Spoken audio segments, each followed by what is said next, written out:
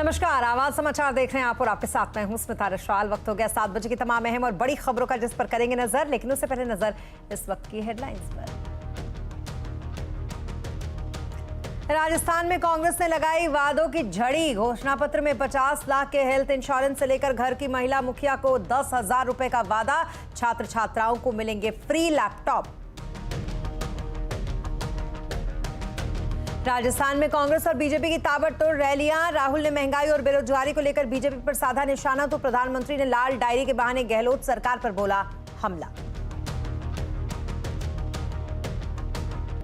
आज से शुरू हुआ Bengal global business summit. RIL chairman Mukesh Ambani ने किया 20,000 करोड़ के निवेश का ऐलान। ममता बनर्जी बोली बंगाल बना इकोनॉमिक पावर हाउस।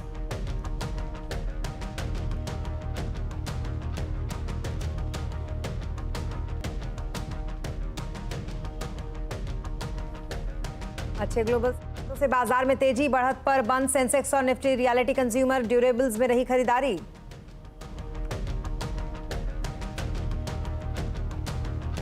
IPO बाजार में फिर लौटी बहार। सरकारी green financing NBFC company IREDA के IPO को मिला अच्छा रिस्पांस। अब तक 1.5 गुना से ज्यादा भरा इशू। कल से खुलेगा टाटा टेक का IPO। हफ्ते भर में आएंगे 5 IPO। वेडिंग सीजन में व्यापारियों की होगी चांदी। CIT का 38 लाख शादियों में 4,74,000 करोड़ के खर्च का अनुमान। ज्वेलरी, टेक्सटाइल, इलेक्ट्रॉनिक समेत इवेंट मैनेजमेंट को होगा इसका फायदा।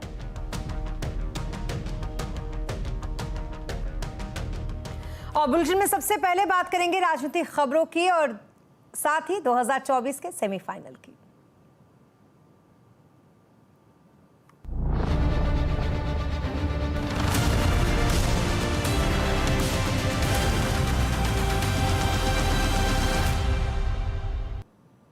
राजस्थान में चुनावी दौरे के दौरान पीएम नरेंद्र मोदी जयपुर पहुंच चुके हैं, जहां इस वक्त उनका ये रोड शो, जो इस वक्त हम आपको दिखा रहे हैं, ये चल रहा है। राजस्थान में लोगों के बीच में गजब का उत्साह है उनके रोड शो में। कल भी उन्होंने रोड शो किया बीकानेर में। आज वो जयपुर पहुंचे हैं। हाथ हिलाकर लोगों का अभिवादन करते हैं। लोग सड़कों के दोनों तरफ खड़े होकर उनका स्वागत करते हैं। और जैसा कि आप तस्वीरों में देख चुके हैं कि लोग काफी उत्साह के साथ उनके इस रोड शो में जुड़ भी रहे हैं। हालांकि इससे पहले कल जब उन्होंने बीकानेर में किया था अपना रोड शो, तो वहां भी कुछ हमने इसी तरीके की भीड़ देखी थी और ऐसे ही 4 किलोमीटर लंबा रोड शो देखा था। यहाँ भी काफी लंबा ये रोड शो है, जिसकी शुरुआत कुछ देर पहले हुई और लगातार एक ओपन जीप जैसा है, जिसमें कि प्रधानमंत्री खड़े होकर लोगों का अभिवादन जो है वो स्वीकार करते हुए, हाथ हिलाते हुए आगे की तरफ बढ़ते हुए, और लोग उन पर पुष्पांजलि भी अर्पित कर रहे हैं। लोग जगह जगह से उनको ग्रीट करने की कोशिश कर रहे हैं और प्रधानमंत्री भी उनको बिल्कुल निराश नहीं कर रहे हैं।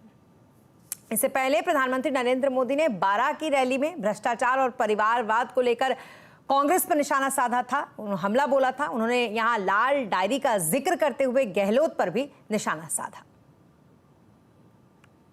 जब तक भ्रष्टाचार, परिवारवाद और तुष्टीकरण नाम के देश के 3 दुश्मन हमारे बीच है, तब तक ये संकल्प पूरा होना मुश्किल है। और कांग्रेस इन 3 बुराइयों की सबसे बड़ी प्रतीक है। इस लाल डायरी के पन्ने जैसे जैसे खुल रहे हैं, वैसे वैसे जादूगर जी के चेहरे पर हवाइयां उड़ रही हैं।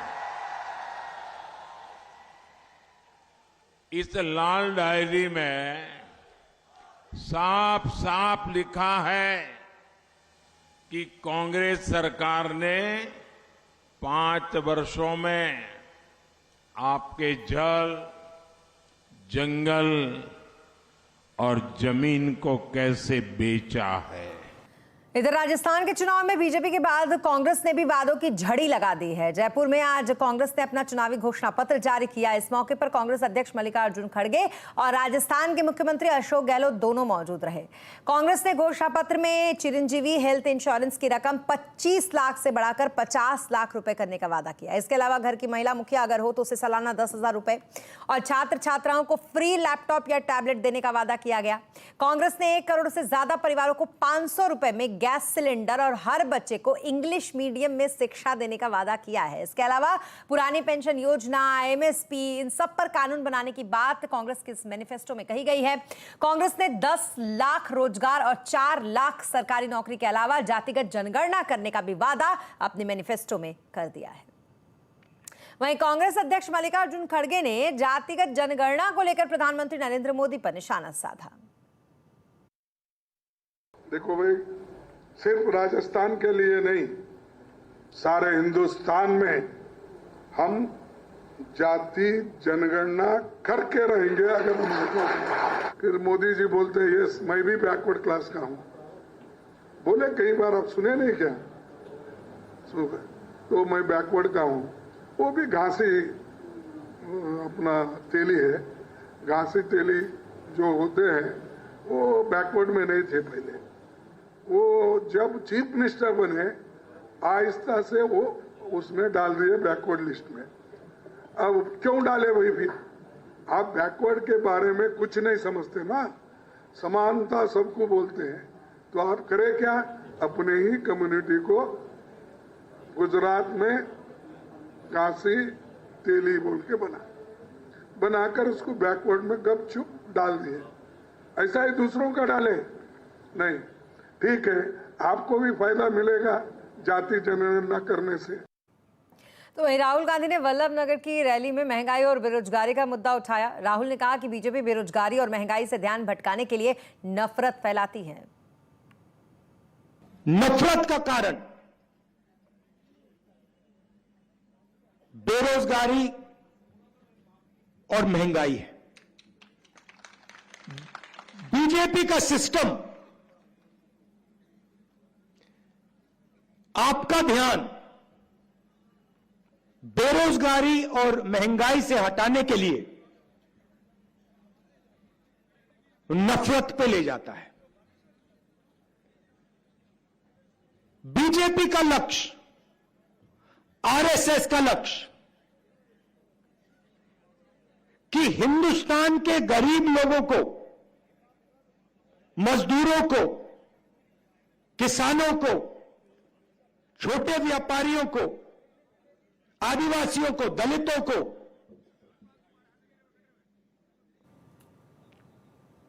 धन ना मिल जाए। और राजस्थान के चुनाव में बीजेपी हो या कांग्रेस, दोनों ने वादों की झड़ी लगा दी है। किसके वोट में है कितना दम, आज चुनाव अड्डा में इसी पर करेंगे बड़ी चर्चा। शाम 7:57 पर।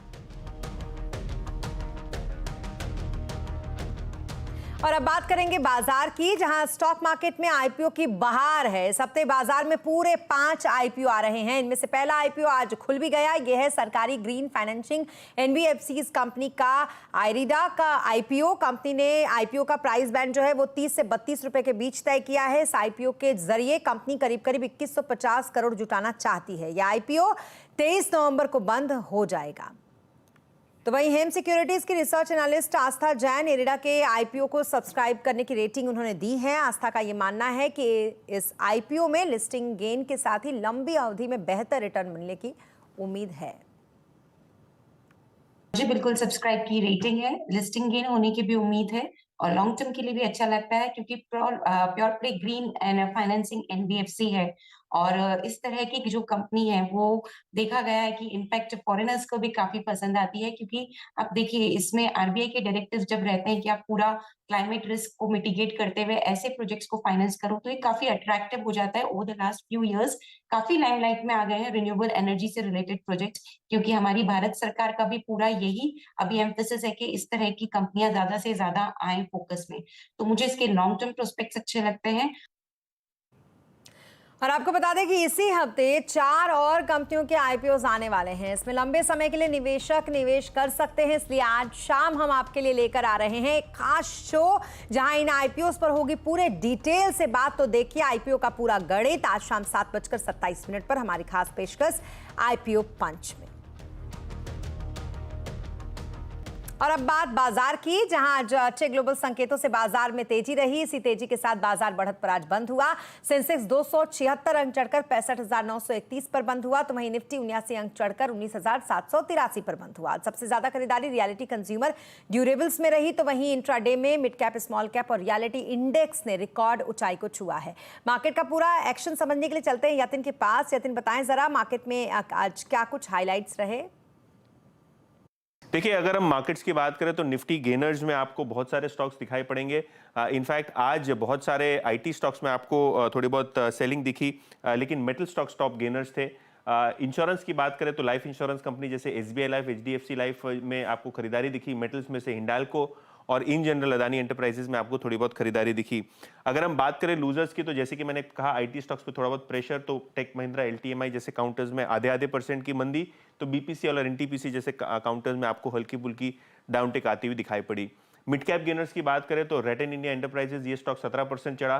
टाटा ग्रुप की कंपनी रैलिस इंडिया निफ्टी 500 की टॉप गेनर बनी, 10% ऊपर।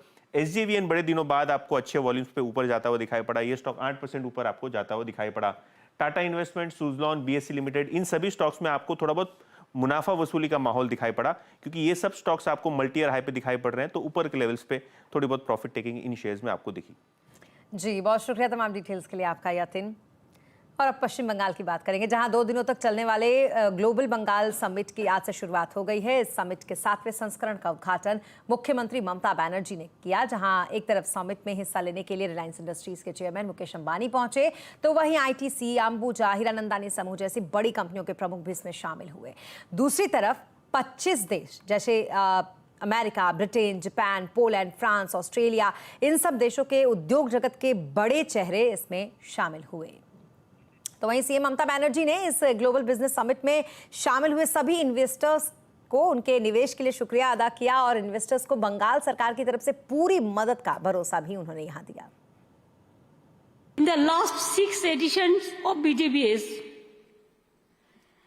$190 billion US dollar investment proposal have been received, and I am happy to inform you the project worth $121 billion US dollars have already taken off. Bengal is now an economic powerhouse. तो वहीं इस मौके पर बोलते हुए RL के chairman Mukesh Ambani ने कहा कि वो पश्चिम बंगाल में अगले 3 साल में 20,000 करोड़ रुपए का निवेश करने वाले हैं। Bengal has been one of the largest investment destinations for Reliance. After you invited me, Reliance has invested close to 45,000 crores in West Bengal. Today I am happy to announce that we plan to invest an additional 20,000 crores in the next 3 years. These will be in 3 areas.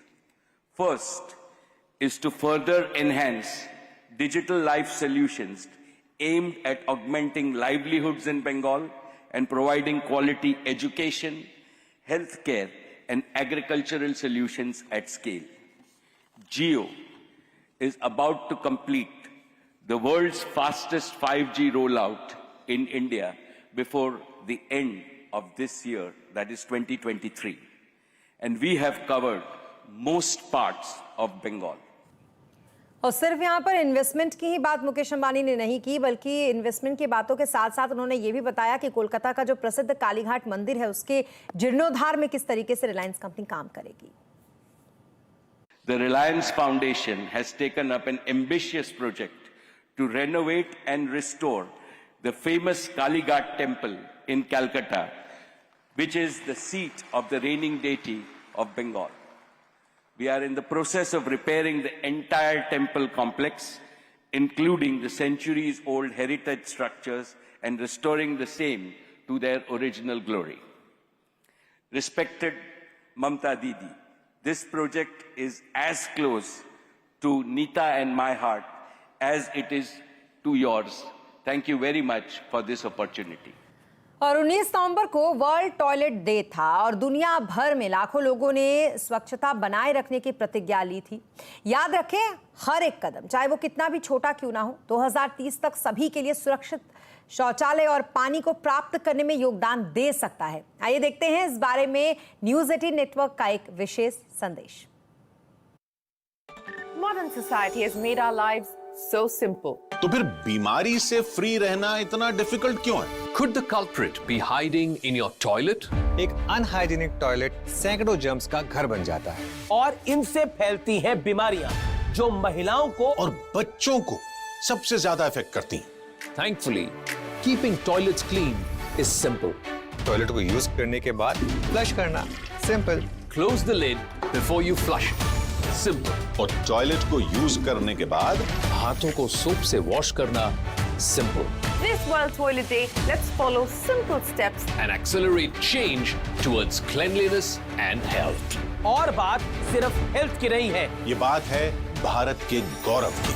It's about dignity and equality. because access to clean toilets shouldn't be a privilege. It should be a right. Together, let's be a catalyst for change. Mission स्वच्छता और पानी। Healthy हम, जब साफ रखें toilets हरदम। और भारत में पहली बार ग्लोबल फिशरीज कॉन्फ्रेंस अहमदाबाद में शुरू हो गई है। इसमें 8 देशों के प्रतिनिधि समेत पूरी जो फिशरीज इंडस्ट्री के लोग हैं वो इसमें शामिल हैं। अगले बजट में फिशरीज विभाग को क्या मिलने की संभावना है, इस पर खास बातचीत की फिशरीज विभाग के जॉइंट सेक्रेटरी सागर मेहरा से हमारे संवाददाता केतन जोशी ने। सेंट्रल फिशरीज डिपार्टमेंट के जॉइंट सेक्रेटरी इस वक्त हमारे साथ है। सर बताइए कि भारत का फिशरीज है वो कितना बढ़ रहा है वाई और अगले 3 साल का होराइजन क्या रखा है? See, for the development of fisheries and aquaculture in the country, government is implementing various schemes. Blue Revolution was implemented from 2014 to 2020 with investment of 3,000 crore, and thereafter government has brought in Pradhan Mantri Matsya Sampada Yojana with an investment target of 20,050 crore.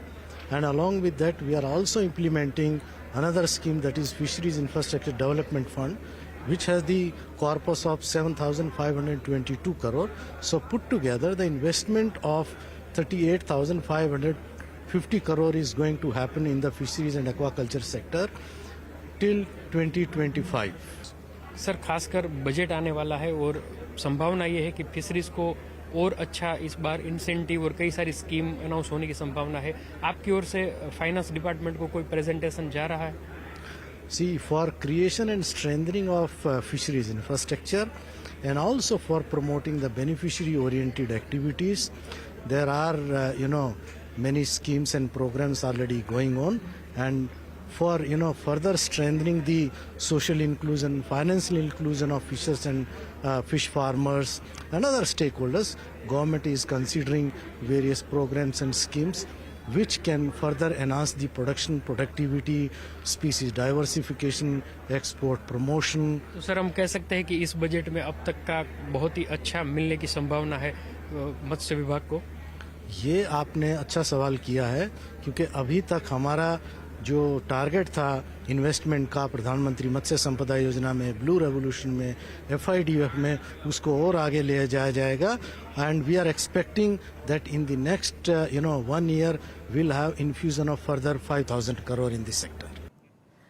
और अब बात करेंगे उत्तरकाशी की, जहां tunnel हादसे में चल रहे रेस्क्यू ऑपरेशन पर इस वक्त पूरे देश की नजरें टिकी हुई हैं, क्योंकि हादसे को 10 दिन बीत चुका है, लेकिन अभी तक मलबे में जो 41 मजदूर फंसे हैं उन्हें बाहर नहीं निकाला जा सका है। सभी मजदूर एक मजदूर यहाँ पर सांस की जंग फिलहाल लड़ रहे हैं। जैसे जैसे रेस्क्यू का समय बढ़ता जा रहा है, मजदूरों के परिजनों का जो धैर्य है वो अब टूटने लगा है। लेकिन अब मजदूरों की कुछ तस्वीरें सामने आने के बाद परिजनों और जो बचाव दल हैं उन्होंने थोड़ी राहत की सांस ली है। फिलहाल जो सभी मजदूर टनल के अंदर हैं वो सुरक्षित हैं। उन्हें जल्द से जल्द बाहर निकालने के लिए पूरी कोशिश की जा रही है। इसके साथ ही मजदूरों को पाइप के जरिए खाना और फल भी फिलहाल वहां पर भेजा जा रहा है। तो वहीं इंटरनेशनल टर्निंग एक्सपर्ट जो हैं अर्नाल्डो डिस्क, उन्होंने अपने टीम के साथ मौके पर मौजूद हैं वो, और जल्द से जल्द मजदूरों को बाहर निकालने की वो कोशिश में लगे हुए हैं। मजदूरों का पहली बार वीडियो सामने आने के बाद डिक्स ने ये कहा भी है कि हम सभी मजदूरों को बचाने वाले हैं और बिना किसी को चोट पहुंचाए सभी को अपने घर लाने की पूरी कोशिश में लगे हुए हैं। It's by far the best and fastest means to get them in, but it has its technical difficulties, and that's why we're doing multiple rescue missions. You know, we've got mission from the top, missions from the front, mission from the side. We've got the men are coming home. We're just not sure which door they're going to use. Right? We're knocking on the front door where the avalanche is, with several ways. We're knocking on the side door. Maybe that will work. We're knocking on the top door. We're knocking on all these doors. Which one opens? I'm not sure. I'll have to ask. और अहमदाबाद में world cup final में हार के बाद PM Narendra Modi ने team India से dressing room में मुलाकात की। इस दौरान पीएम मोदी ने खिलाड़ियों से बातचीत की, उनका हौसला बढ़ाया। उन्होंने कहा कि आप लोग पूरा 10-10 गेम जीतकर यहाँ पर आए हो, तो ये तो होता रहता है, हौसला रखें, हम आज हैं और हमेशा आपके साथ हम खड़े हैं। इसके साथ उन्होंने सभी खिलाड़ियों को दिल्ली आने का न्योता भी दिया। इस दौरान पीएम मोदी के साथ केंद्रीय मंत्री अमित शाह भी नजर आए। और एक बार फिर आपको बता दें कि 19 नवंबर को वर्ल्ड टॉयलेट डे था और दुनिया भर में लाखों लोगों ने स्वच्छता बनाए रखने की प्रतिज्ञा ली। अपने अभियान मिशन स्वच्छता और पानी के माध्यम से हमारा उद्देश्य उचित शौचालय व्यवहार और उसके स्वास्थ्य के लिए इसके महत्वपूर्ण लिंक के बारे में शिक्षित करना और जागरूकता बढ़ाना है। आइए देखते हैं इस बारे में न्यूज़ 18 नेटवर्क का एक विशेष संदेश।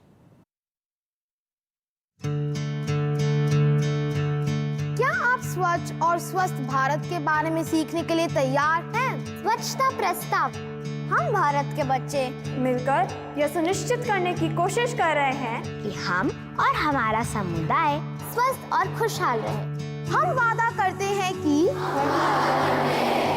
हम कीटाणुओं से दूर रहेंगे और बीमारियों से खुद को बचाएंगे। हम खुद को स्वच्छ रखते हुए अपने पर्यावरण का ध्यान रखेंगे। हम स्वच्छता के मिशन में सभी को साथ लेकर चलना चाहते हैं। हम शौचालय इस्तेमाल के बाद उसे दूसरों के लिए साफ छोड़ेंगे। साफ शौचालय हम सबका अधिकार है। हम स्वच्छ भारत मिशन और जल जीवन मिशन को सफल करने का प्रयास करेंगे। हम सुनिश्चित करेंगे